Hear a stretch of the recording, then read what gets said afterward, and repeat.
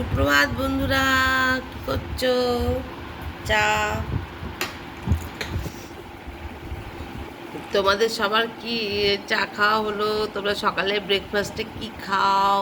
চা খাও কি না? কেউ ব্ল্যাক টি খাও, কেউ মিল্ক টি খাও, কেউ কফি খাও। আমি তো এই যে চা নিয়ে বসেছি আর বললাম আমার এখন ব্রেকফাস্ট শুরু হয়েছে। এই দেখো, এই সিডস সিডস দেখতে পাচ্ছ, বিভিন্ন রকমের সিডস আছে। আর এই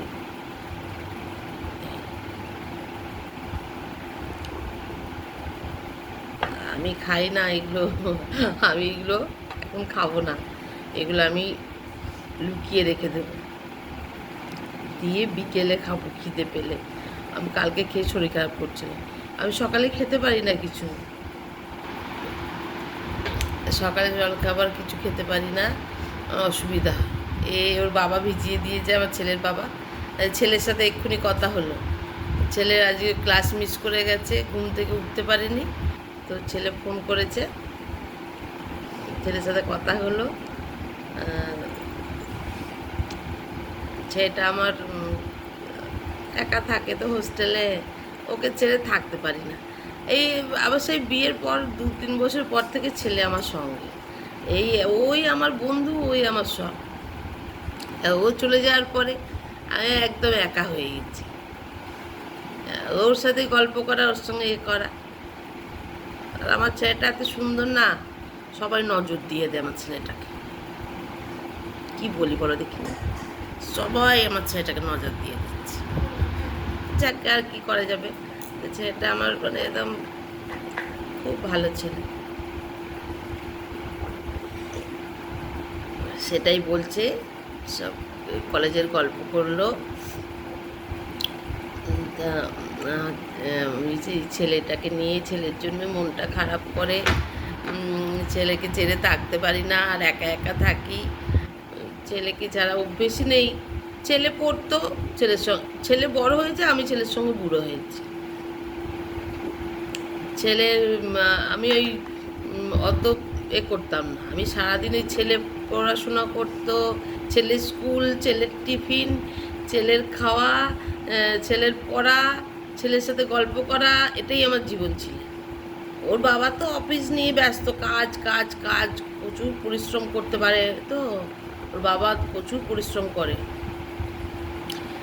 ওর বাবা ওই কাজ নিয়ে ভালো থাকতো, আর আমি ছেলে নিয়ে ভালো থাকতাম।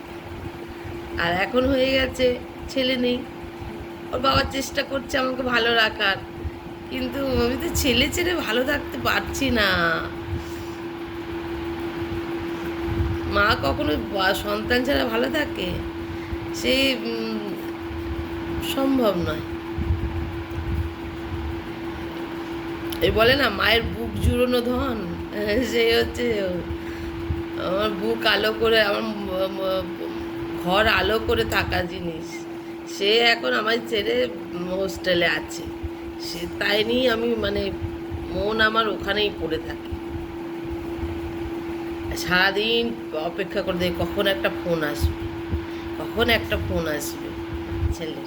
ছেলে তো ফোন বিশেষ একটা করে না, আমিই করি। তবে হ্যাঁ, ছেলে আমার সব কথা বলে আমাকে। ছেলে সব কথা মানে বলে। কিছু হলে মানে আজ না হলেও কাল, কাল না হলেও পরশু আমাকে, না হলে ওর দিদিকে, মানে কিছু কথা হলেও বাড়ির লোকের সঙ্গে শেয়ার করে, লুকোয় না কিছু, বাড়ির লোককে জানায়। দিদিকে, ওর দিদি আছে, দিদিকে নালে আমাকে বলবে, ভাইয়া চায় পিজিয়ে, অলপ চায় পিজিয়ে, তাম্বুল। এইভাবে মর্নিং শুরু হলো আমার বাড়িতে। আমার পিক্সি, পিক্সি, এই যে পিক্সি, পিক্সি এখানে, এই যে, এই যে পিক্সি, পিক্সি, পিক্সি।